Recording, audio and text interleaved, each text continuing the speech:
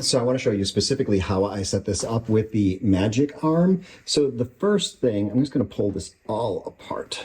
The first thing is I mounted the camera on one end of the magic arm. So you need a camera with that 1/4-20 screw in the bottom of it, and you'll screw in one end of the magic arm.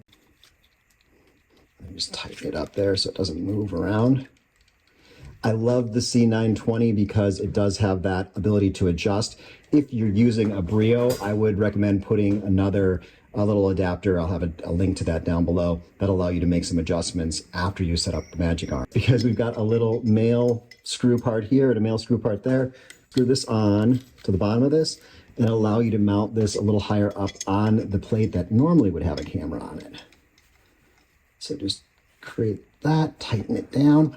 And now this is the magic part of the magic arm, is if you loosen this, everything can turn.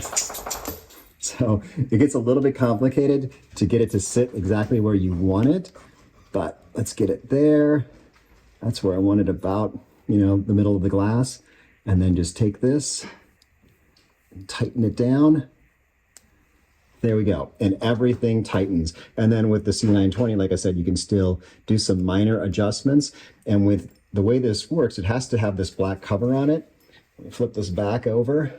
Has Velcro on the top and sides, but it also has a hole here. You can zipper this open and use that to reach inside and adjust the camera to exactly where you need it to be.